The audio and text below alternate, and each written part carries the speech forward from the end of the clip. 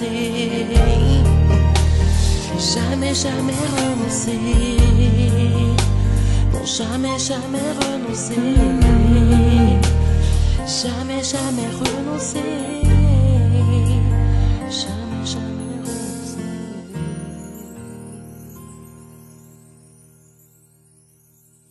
Toza na mon colonel Odombo makamongo lekine ni toki bakanga kibino lelo papa tango boke na sitino yo ba pro kagamiste basali. Bon, normalement la sitting ndenge za wana nga na pelika ki bango na se camouflage parce que na zaki na gai bande ainsi de suite toujours la sécurité belge détecta kinga et après ba ndo filengai ba retourna nga mukanda ici on non nga za anti na za congolais ba bino zaki na droite au qui jamais ko nyata makolo na Belgique parce que parmi bato baza ko excité ba congolais na en diaspora yo za parmi. Et après, plus de 15 policiers qui ont maîtrisé Ngaï, ainsi de suite. Après, ils ont même biso. Donc, ils bousculent quand même. Oui, ils bousculent parce que tout le monde a identité. Nous avons des citoyens du monde. Nous avons parmi les bateaux ciblés pour déplacer à rater. Donc, nous avons pour exciter les Congolais dans haine contre les Rwandais. Donc, les bateaux ont poussé au soulèvement. Effectivement. Donc, nous avons déjà détecté parce que le service secret belge, ils ont 4 Rwandais identifiés qui déjà battu belé. Et nous avons mais tant que vous avez un million de Rwandais, vous avez un bateau, vous avez un bon, et là, on a un santé, nous avons un banderole Rwandais, nous agression. En tout cas, vraiment, côté de ces fachas qui met. Comme nous avons besoin d'informations, il faut que nous avons la maîtrise. Au moment que nous avons filé Bango, Batu ya Belgique, nous avons 4 Bango, et Bamona Kinga, nous avons Bango, Siko, Yobaye, Kosala, Siko suivi, Tinaning Bayeki, Okanga, place Bakanga. Donc, Bengi Siko, Yombila, Oazaki, Antini, nous avons Okanga. Vous avez un pacifique, le Kamouazate. Non, il n'y a pas de problème, ni les conflits, ni l'eau qu'on a besoin d'un message. Mais présence dans le Pamba, donc, Bakanyu. C'est yo intel ou France, vous avez besoin d'un parce que vous avez parmi bateaux, vous avez cité les Congolais, na un pour na bateau pour la Rwanda. Donc c'est ça raison en Rwanda et en plus dans les Bamemi Bisokuna, donc vraiment tous qui torturé moralement. Mais quand même pour Nabiso, Bitumba toujours pour ndabato belé bakei, donc biso bateau tout ça il faut continuer. Donc tortiro et salamekuna et zolo belabiso le Maroc parce que Bitumba la biso ça qui Congo il faut la dire. Donc vous avez menotté et tout. Tout ça qui menotté peuvent venir yango ekoto. Yango yo bakraka kutu bakangaki makasi tala batisi ko batrace ça. Donc osali ne lokote bakayoka bakraka. Non mais pour dispositif wana ezalaki wana ba hélicoptère, ba cheval, ba policier, police spéciale belge bimi pona biso. Les Rwandais bazalaki soki 50 ou 60 à Pamba. Même 2 hélicoptères, ba chevaux et bimi pona biso. Non, biso tant to komi. Ba ba koti métro. Biso de bito kota métro te to kene et sika manif eza en bus pour notre suivre un mouvement. Qu'est-ce qui s'est passé? À partir de Matongé, Tina, comment on a métro trône, police a sauvé donc soko continue na métro, biso scotty. Colonel, impression nous a après ressentir ba humiliation boyom to sale lokote bazokanga. Quelle est ton impression? Sentiment normalement sécurité belge alobi que nazana droit ya koya na Belgique té. Disons, na tuni bango pourquoi? Pourquoi ils ont donc vous avez parmi bateaux baza ciblé, vous avez excité peuple congolais na haine contre Rwandais. Donc vous avez la droite. Mais ce qu'on est bâti que baïbite aux en Belgique. Non, baïbi na bango parce que baïbi singa ina jour na kota ki Bruxelles, na ndenge na yaki na ba place dans d'autres temps. Baïbi singa vérité. Donc bazo surveiller vraiment. Baïbi singa que non yaki jour boyo za na voiture plaque boyé ainsi de suite. C'est que na ba téléphone nous aux mis sur écoute. Bon, peut-être je pense parce que ils ont mutu moko na moni ya sécurité belge awa, sécurité belge to zalaka na epé na France na ba marche na biso. Mais kuna bimara lokwa photographe, lelo na yo mona ka zarambila. Mais vaut mieux dénoncer. Bon, oui, na bakita ndeko belé baïbi. Baïbi ah mais kuna biso to yeba ke to mona yeka ke lokola mundele mo ba aza ko accompagner biso na ma manifestation. Ah mundele. Aza mundele. Aza mutu mundu te menjo kazali na 4 services ya renseignement ils ont pour identifier ma kamuna biso ba ça. Okutie kuna vandi. Na mona ke kuna et après nga na tuni ba o azane babino azarambila koto mais kuna bimara lokwa soi-disant un certain monsieur ou mes citoyens moko boya vanda rane wana ya ka ko soutenir biso na. Message notinel ba combattants. Bon message on la tindeli bande ko nyos tout to bunda ba. Mon frère, place Oyo, Munguna, Kochapa, on a meka biso ba combattant, il faut tout ça la face contre eux. Parce que tout ça, bitumba moko te que te botika, kuneza piège ezate parce que 12 millions de morts, ba piéger son ani. Bato bazo bon ba déclencher to bango. Au moment que ba Rwandais na kacha mboko parce que ngai lokola ba Rwandais zala ki basa la marche. Mbila changeango comme sitting. allez mbila encadrer zone wana po na ngeza déjà victoire na kana biso parce que jamais Rwanda ko tambola na nzela na bapoto asimbi bandrole ezo soutenir Kagame biso ba combattant to vandi to moni to betela ngo maboko donc ça impossible kaka ndenge to boya ka marche moko boye marionnette mo ngasa na Paris pour soutenir Kanachien to telemela ka yango to bando telemela o nyonso eza na volonté ya résistance te biso to za wana pona ko boya yango congolais za suzobo za ikalate nyonso kwa bolbe to tika na maboko nzambe yoko to za mosala nzambe bino boboyi tobi te makambo tika na maboko nzambe asali nyonso nzambe asala na etu nzambe asali tout nzambe ayebisa biso te ke tokanga maboko totalaka ye nzambe aza noko na biso te donc c'est ça likambo tosala lelo en plus nazoyebisa bacongolais bolanda bawemba te na bawera te badikte bango na aner banzembo ni bako kosala mpona badistraire bato mutu lokola wemba azali traître wemba aza na sor na ye jamais bokoki kose base na ye combattant résistant wana eza distraction wemba yemba makambo ya Congo etali biso te est-ce que wemba akoki koyebisa bacongolais te ke mutu wana aza mopaya biso toza na besoin ya balkanisation te Congo mobimba eza occupé balkanisation lingaki ezala soki na tete ya mboka ezalaki congolais nde tolobela balkanisation mais na tete ya mboka na biso eza rwandais sikoyo ye wemba azoyemba likambo ya balkanisation pourquoi azoyebisa bacongolais te ke Hippolyte Kanamba azaka rwandais est-ce que wemba kota kolobaki Kanamba aza rwandais aza baba okolasa su bameno ntango papa non batrace yango ya donc mbila mpena ayebisi nga nga naza na droit okoma France te oyo apemi wana ezani oyo eza bakaka bakangaki lasa bajwa na police do bandeko bino bomoni ndeko Ingeta. La victoire est certaine. Yes. Donc ils ont Mbila, la Belgique, bon. Ogola ça c'est que la Mbila là. Voilà. Bon. Merci. Ça n'a rien à voir donc courage c'est ça là. Merci mon colonel. OK, merci. Nous avons un prophète de la nation à Bokechu Premier, les grands artistes de la résistance. Yenda Zoemba révolution.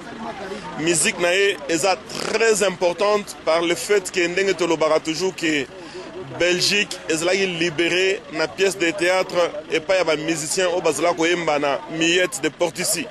Alors musique nae est très importante. Papa, outi na terrain awa, impression ezanine.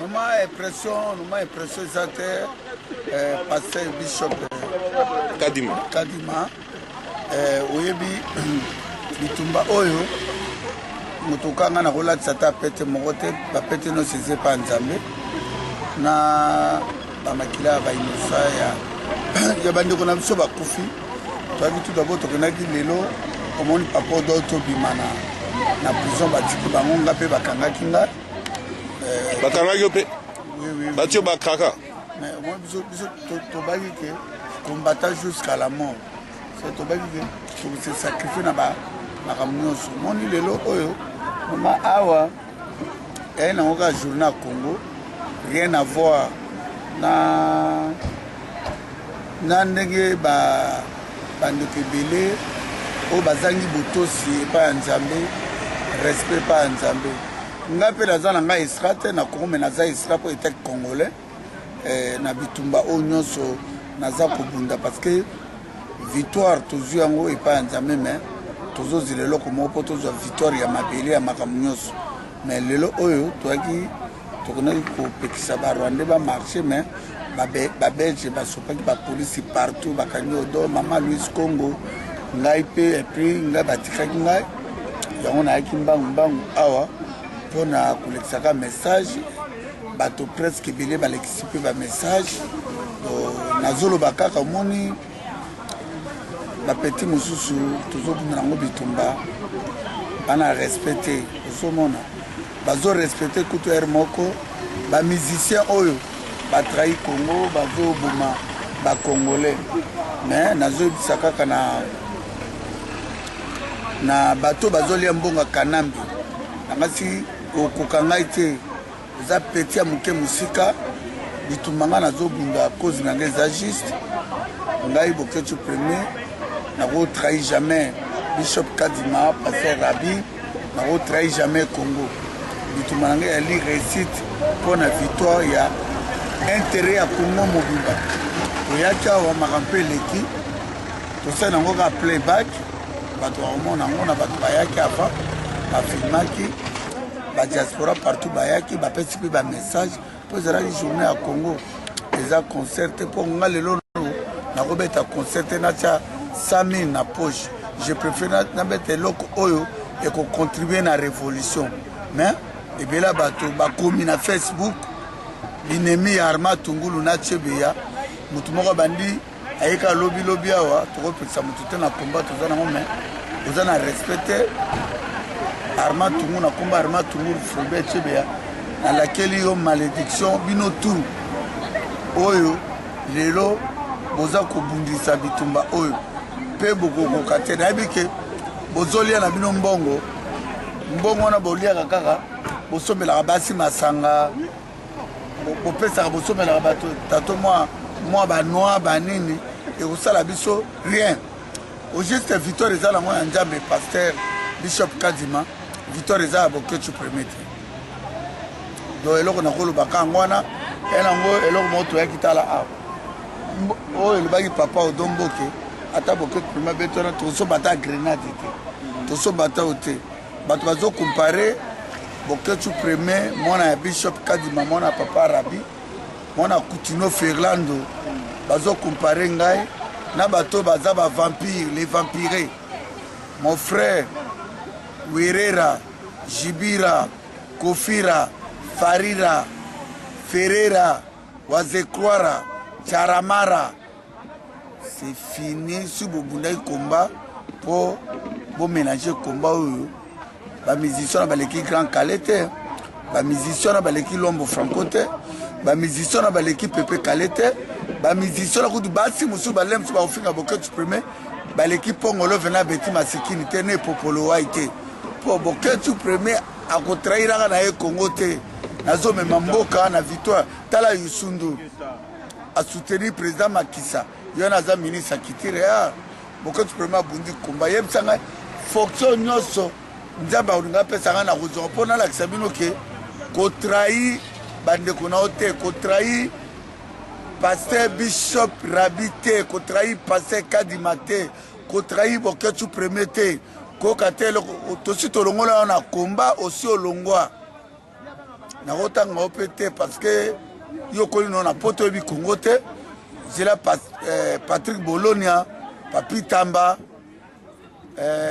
Zakari bapesa ko mo ba 2000 ba 3000 ozolia yango tozoloba ke oza mwana muke okokana boketu premier te oza petit dota ngana bimai na komba erona lemso bota mito bimimi note na mukolo no lemso pe na ko bota yo mais na ko tanga komo note pona pesa importance te bitumba nange za yo te na ko beta na ngotolo te na ko sara grade moko te ngai boketu premier eloko nazoloba ke le 6 septembre tozala na France biso tout ezali journée oyo procès ya francophonie contre secrétaire général Adu Diouf ozali président Sénégal akimaki na bavoka na ye mais lelo eloko tosepeli lelo oyo ke tosepeli po premier ministre français alobi na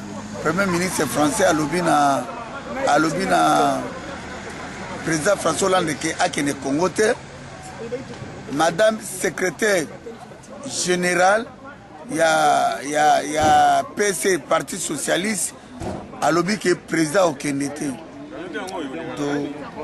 do problème dans le 6 septembre na RN donc procès banana tongo de biso tongo koma kuna vendredi ou bien samedi eza bitumba première victoire ya Nzambe ça va tokozala wana banakin tozala wana ba combattant tozala wana bato ya résistance biso nyonso le 6 septembre na Paris tokopesa ba adresse na boye tomonani prophète de la nation